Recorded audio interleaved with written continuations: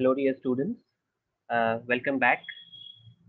This is the fifth section of chapter 4, the chapter on novel in CC10, that is Hudson. In the previous previous four sections, we have dealt with the elements of novel. We have done plot. We dealt with characterization, and in the last section, that is section 4, we have dealt with the relative importance of plot and characterization. Just a quick recap of what we did in the previous section, that is section 4 of this particular chapter. If you remember, we had looked at uh, which one is more important out of the two elements, plot and character. And if you remember, Hudson clearly says character is more important. So those novels in which the element of character dominates the element of plot, those novels and those novelists are to be ranked higher than those in which the character is simply subserves, or it is secondary to plot, right? So those novels in which characterization is more important, such novels are to be ranked higher than those novels in which uh, plot is important. Now, in this particular lecture, we are going to be dealing with the fifth section of this particular chapter on novel, and section 5 is on dialogues, right? Another very important element of fiction is dialogues. That is, dialogues basically is what the men and women in the novels speak, right? What the men and women, or what the characters of the novel converse with each other. What is the conversation going on between the characters in a particular novel? Right? In drama, uh, in Natya Shastra, Bharat Muni, we have discussed this earlier. Bharat Muni calls it Vachikam. Dialogue is the Vachikam, the verbal element of uh, literature, a verbal element. And this dialogue is, so it is two-sided. It's not monologue, but it's dialogue. However, we will, in novel, we also consider that when a character is thinking something, that is also a part of dialogue. So whatever conversation is going on, or whatever talk is going on in the mind of the character, or between two characters, or among more than two characters, all those things fall under dialogues, right? Many novels are famous for their dialogues. Like, certain novels are famous for their characters. Certain novels are famous for their dialogues. We remember the language of that particular novelist, how beautifully within a very short paragraph, or maybe two or three lines, uh, the novelist is able to bring out some universal truths, right, in the novel. Like, one of my favorites is Emily Bronte's Wuthering Heights. In Wuthering Heights, when um, Catherine was in love with this Negro called Heathcliff, when she tells the maid servant Nellie Bronte, that how much she loves Heathcliff. So I don't remember the exact thing, but then the dialogue ends with the line, Nellie, I am Heathcliff. I am Heathcliff. Meaning there is no duality between us. Right? We are both one. We are one soul residing in two bodies. I am Heathcliff. Or, look at, for example, George Orwell's Animal Farm, the dialogues that he gives to his characters. all men are equal, but some are more equal. How aptly it shows the anomalies, the discrepancies within communism. All men are equal, but some are more equal. So, in the beginning of the novel, there are 7 commandments that are written on the gate of animal farm, and all the animals have to obey those things. And the first, the last, and the final commandment was all animals are equal, which echoes the words of Karl Marx. All men are equal. This is Marxist philosophy, basically. But here, towards the end of the novel, ironically, the same board uh, reads the 7 commandments, and a word or two slight changes in each of the commandments, and that shows how all the manipulation has been done by the end of the novel. And the last commandment, which was in the beginning, it was all animals are equal. It is now, it reads like all animals are equal, but some animals are more equal. Some are more equal than others. So if all are equal, then is there a question of more or less, right? But then this is the irony. So that is about, say, for example, um, Animal Farm by George Orwell. Beautiful dialogues. In fact, in this particular lecture, we are going to discuss. I have opened one or two web pages, and just very very primary uh, kind of surfing. I just typed 20 or 25 best dialogues in English novel, and we will see, just to see how beautifully in novel, dialogues can portray emotions, or how aptly within one or two lines dialogues can make characters immortal, or they can make an entire novel or novelist immortal. You understand? So that is the beauty of dialogues. We are going to see those things. Okay, fine. So let me start the screen sharing, and we move ahead. So this is section 5. This is on page number 202 in my book. In the new book, please check for yourself. Section 5 is on dialogue. Hudson says we now pass from characters to dialogues. In the previous sections, we have discussed plot and characterization, and now we are going to discuss dialogues. Okay,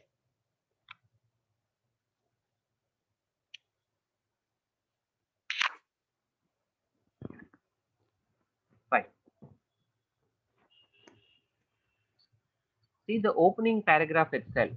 The opening paragraph itself says dialogue, well managed, is one of the most delightful elements of a novel, because dialogue is made up of language, and we are students of language and literature, right?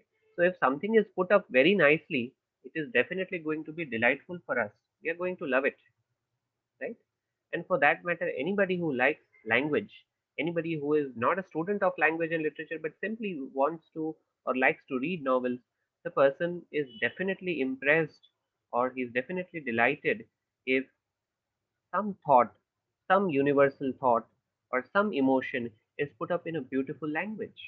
So if a novelist manages dialogue well, it is one of the most delightful elements of a novel, right? It is that part of it in which we seem to get most intimately into touch with people, and in which the written narrative most nearly approaches the vividness and actuality of the acted drama. What is common between novel and drama? Dialogue. But in the actual drama, in an actual play, those dialogues are spoken live. And in the novel, the novelist knows that people are not going to watch these dialogues being spoken live, not the conversation is going to be staged live, but people are going to read it. So when people are going to read it, you have to make your language so catchy, so effective, that the reader is not able to put the novel aside simply based on the power of your language. How effectively do you portray or do you make your dialogues, right? And therefore, this particular element of dialogue in modern fiction, in modern novels, it has gained a larger significance. You know what? One very, very important element of these bestsellers, the so-called bestsellers these days, bestseller novels, is the dialogue. So pleasingly, so effectively, delightfully, smoothly. It is so very, titillating to your senses, the dialogues, right? Anyway, uh, good dialogue greatly brightens the narrative, and its judicious and timely use is to be regarded as evidence of a writer's technical skill. Definitely, isn't it? It brightens the entire narrative. Language is very important because ultimately language is the vehicle of our thoughts, the novelist's thoughts. So if dialogues are made in a beautiful manner, will definitely uh, it will definitely highlight or foreground the beauty of the novel. Right? Its principal function of dialogue is in direct connection with character. Who speaks dialogue? Characters speak dialogue. What do dialogues reveal? Dialogues reveal the mind of the character, the thoughts of the character, emotions of the character, passions of the character, all these things, right? The reaction of the speakers to the events in which they are taking part, their influence upon one another, all these things. This is what a dialogue has to show. In the hands of a novelist who leans strongly towards the dramatic method, it may thus often be made to fill the place and perform the work of analysis and commentary. If you remember, we had seen two methods of characterization. The direct method is where the novelist, the writer, comments on the character, and the dramatic method of characterization, the second one, in which the novelist allows the character to develop or to unfold itself through his dialogues, his or her dialogues. So, in the second method, that is the dramatic method of characterization, dialogue is of immense importance because if dialogue is not good, the character is not going to be developed well, right? So, dialogue has a special place in dramatic method of characterization.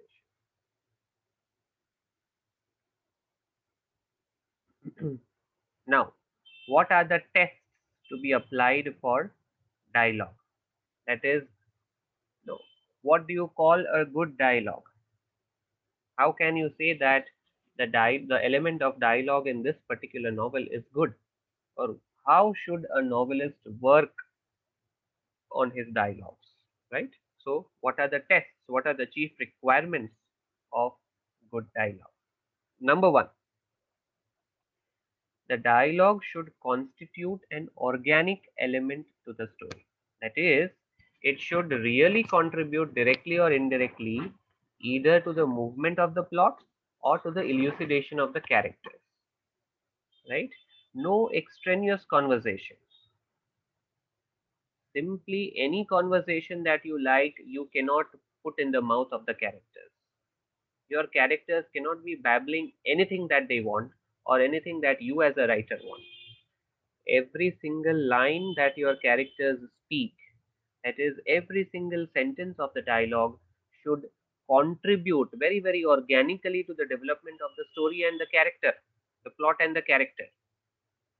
Every line in the dialogue should contribute to the development of the character, should contribute to the development of the plot, should add something, either directly or indirectly. It should, it's like simply your characters cannot be speaking.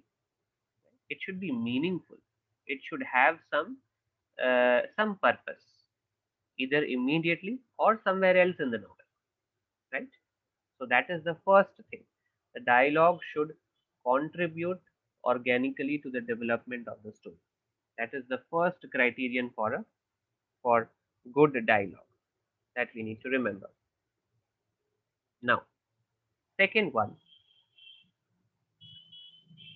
beyond having this organic connection with action, dialogue should be natural, appropriate, and dramatic, which means it should be in keeping with the personality of the speaker, suitable to the situation, and easy, fresh, vivid, and interesting. This is the second requirement. Dialogue should not, the speech of the character should not look fake. It should be natural. So to say realistic also. Appropriate. જે character જેવું બોલે એવું જ એની પાસે બોલાવે. Like, again we come back to Charles Dickens. Dickens draws his characters from different regions and different classes of London. So all the classes, the upper class, middle class, lower class, will not speak the same kind of English, right? So if you read Dickens's novels, the lower class characters will speak deliberately, they will speak wrong English, grammatically wrong English. अगर आप उनके dialogues देखोगे तो so many things, you observe these dialogues of the lower class characters very carefully, and you come to know there is a mixture of slang, there is a mixture of the old English, little bit of middle English, right?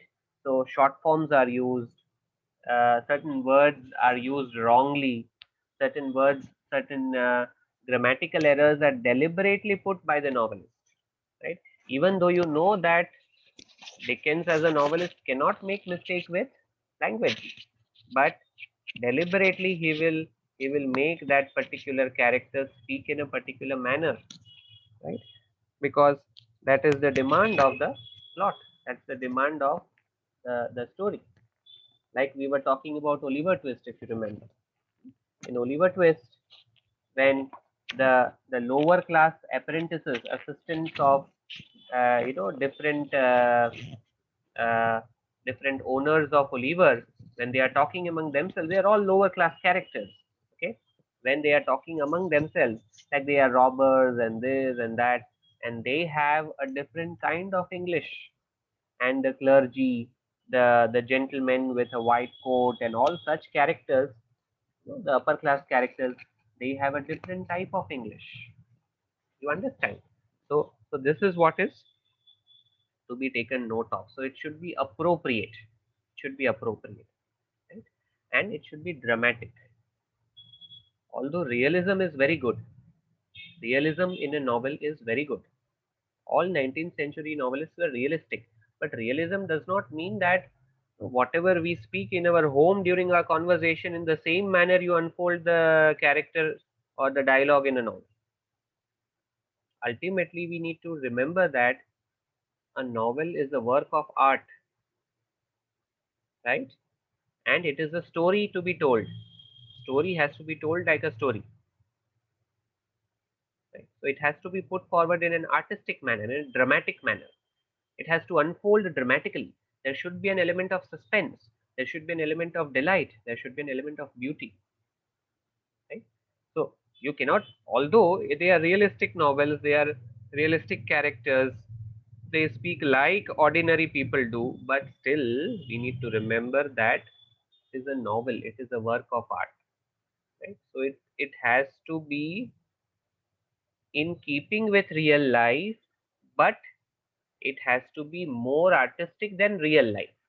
It cannot be as plain and fickle as real life is.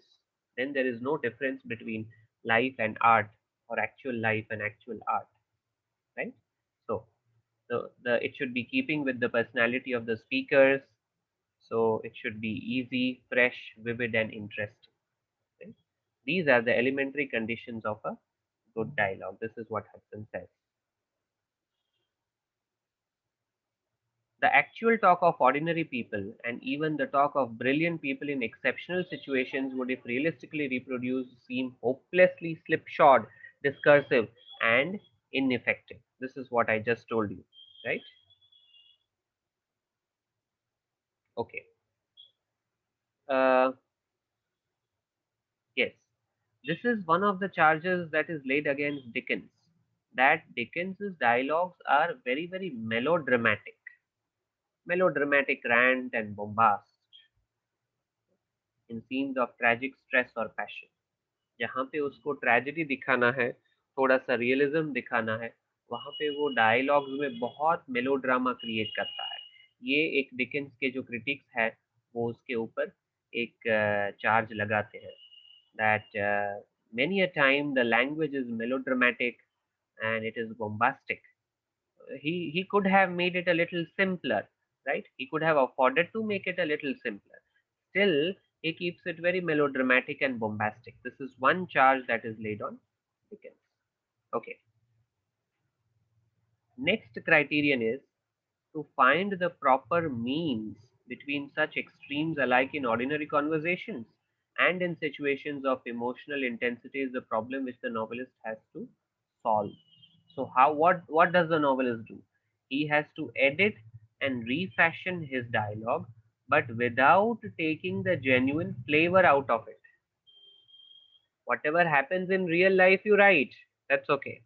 But then you will have to re-edit it, refashion your dialogue, and you will have to put some artistic flavor in the dialogue. This is what I just said, right?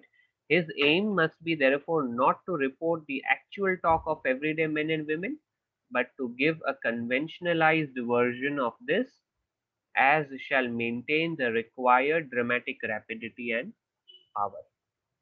It should look artistic, it should look dramatic, because after all, a novel is a slice of life beautifully reproduced. It's not real life, right? People come to literature, they come to read a novel to find relaxation from real life. So it has to look artistic after all, isn't it? These are the tests to be applied to dialogue. So this is the section on dialogue. Now the sixth section begins over here, that we shall take up in the next lecture. We just revise in 2 minutes. So Hudson says that dialogue is that element of novel. If you want to write an answer on novel, what are the points you will remember? The first point is dialogue is that part of the novel which is, one of the most important, because ultimately ultimately it is this part, or it is this element of the novel that people will remember, right? Because the language, the way you put forward the thoughts, uh, the style of speaking, this is what people will remember. Therefore, in modern fiction, dialogue is very important. Good dialogue brightens the narrative. This will be the second point. Then the third point, what is the principal function of a dialogue? That is to show the passions, motives, feelings of the characters. Then fourth point will be in the dramatic method of characterization, dialogue is very important, right? And then the fifth point will be what are the criteria for good dialogue. Under that, you need to make sub points 1, 2, 3. Number one is dialogue should always contribute something to the development of the plot and character. It should not be simply superficial, extraneous, or artificial. Number two, dialogue should be natural, appropriate, and dramatic. That is it should not look like real life. It should be more artistic than real life. So if the novelist wants to show the actual talk of ordinary people, he can show it in a way that is presentable, in a way that is aesthetically appealing, right? So Dickens was blamed for that. That we need to know, that we need to mention in the answer sheet. And so, what is the solution? What is the solution?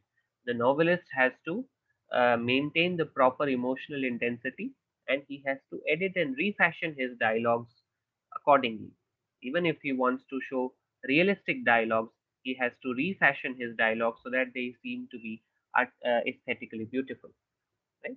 This is this is on dialogues. Now, before we end up, uh, we I have put on certain web pages about some of the most beautiful dialogues in English literature. So I just wanted to show those dialogues. Um, I hope this is visible.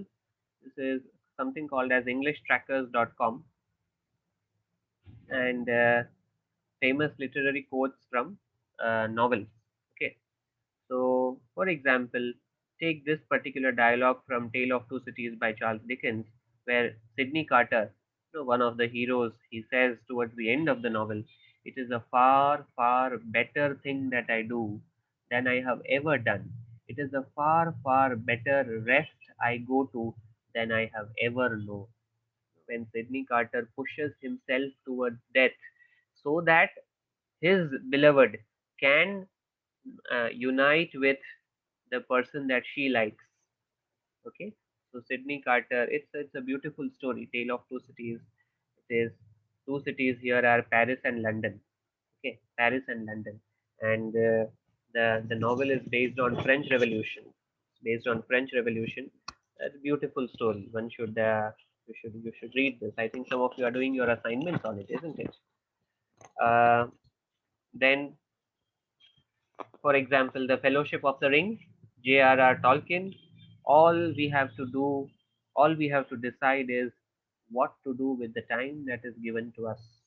You see, universal lines, these are universal lines. Simply amazing. Harry Potter, it matters not what someone is born, but what they grow to be, right?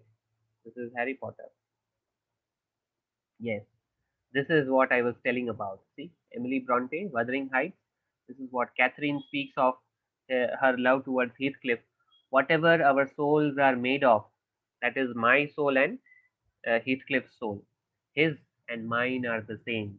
And then in the next sentence, Catherine would say, Nellie, I am Heathcliff. I am Heathcliff. This is from Wuthering Heights by Emily Bronte. Then there is Romeo and Juliet, but that's a play. Ulysses by Tennyson is a poem. Yeah, The Great Gatsby we can discuss because that's by Fitzgerald. That's a novel. Whenever you feel like criticizing anyone, just remember that all the people in this world haven't had the advantages that you have had. See, beautiful lines. So this is what is good dialogue. This is what is good dialogue. Lord of Rings, not all those who wander are lost. See how aesthetically put forward. So then give me more. This is basically Oliver. Please, sir, I want some more. I want some more. That is the overarching dialogue of Oliver Twist. The moment you say, which is the most famous dialogue of Oliver Twist, people would say, I want some more. This is Dickens, such a brilliant novelist, showing the tendency of greed of human mind and human character. Always we want more. Oliver, there in the novel, Oliver is a poor boy who doesn't have enough food. So when food is being distributed for the first time, all people over there are given that porridge with a lot of water. It is very thin, and all these kids are malnourished. Okay, for the first time, Oliver dares and asks the master, "Please, sir, I want some more." Because only one tablespoon of porridge, one or two tablespoons of porridge was given to the children to eat. It's called gruel. Gruel was given to eat. That's it. Gruel is the lightest, cheapest crop, made up of the cheapest crop. Okay, and two ladles of that gruel was given in a meal. That's it. You're not supposed to ask for more. First time Oliver asks the master, "Please, sir, I want some more." Then the same dialogue, when he's caught up with that robber, uh, then again he was having the loaf of bread, and Oliver was very hungry, and one slice is given to him, and Oliver asks again to the robber, "Please, sir, I want some more." Right there, for Oliver, it is the need for food. But if you take this dialogue, "I want some more," in a larger context, isn't it the truth of life? Don't we all keep asking for more? Right, we all keep asking, expecting for more. Your human being is so selfish by nature, right? So this is this is the beauty of dialogue. We don't have time, otherwise there is another website, the best 100 closing lines from different novels. This is also it's a good website. I recommend you all to go to this. It's a UK based website, right? So, like for example, again, The Great Gatsby, the closing line is, "So we beat on, boats against the current, borne back ceaselessly into the past." We keep going on. Gone with the Wind, Pulitzer Prize winner Margaret Mitchell ends with the line, "After all, tomorrow is another day." Tomorrow is another day. To Kill a Mockingbird, again, very famous. Bell Jar by Sylvia Plath, her semi-autobiographical novel. Animal Farm by uh, George Orwell, right, ends with these lines. So, Life of Pi, Jan Martel, right? Very few castaways can claim to have survived so long at sea as Mr. Patel, and none in the company of an adult Bengal tiger. This is how it goes on. There are so many. There are so many. Ernest Hemingway's Old Man and the Sea, very famous, short 100 pages novel from American literature. The old man was dreaming about the lions. The old man was dreaming about lions. Memoirs of a Geisha is a book from Japanese literature. I mean, from Japanese culture. It shows the geisha culture. Geishas are basically prostitutes in Japan. So it's a memoir of a Japanese prostitute.